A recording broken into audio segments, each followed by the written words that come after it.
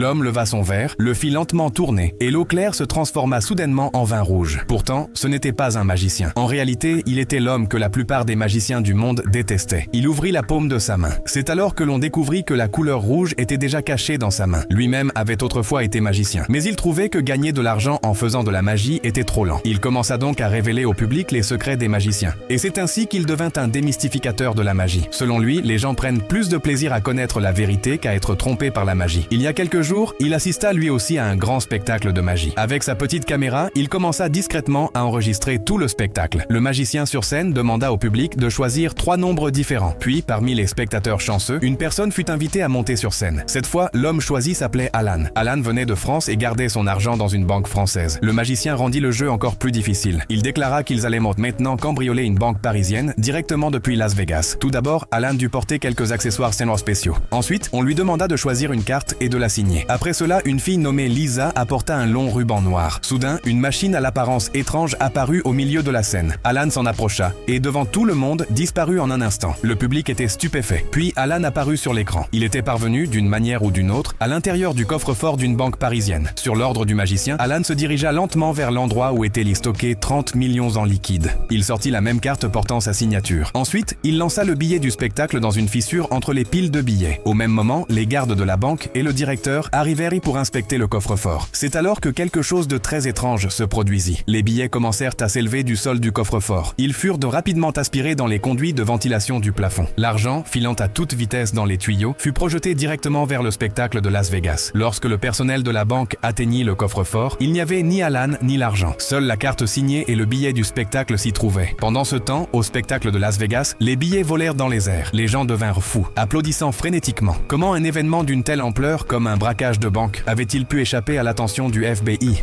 La police arrêta les 4 magiciens, mais au tribunal, leur culpabilité ne put être prouvée, car ce soir-là, des milliers de spectateurs étaient prêts à témoigner. Tous affirmèrent que tout ce qui s'était produit avait eu lieu là, sur la scène, sous leurs yeux. Finalement, les 4 magiciens furent libérés, et peu après, ils retournèrent sur scène pour réaliser leur prochain coup.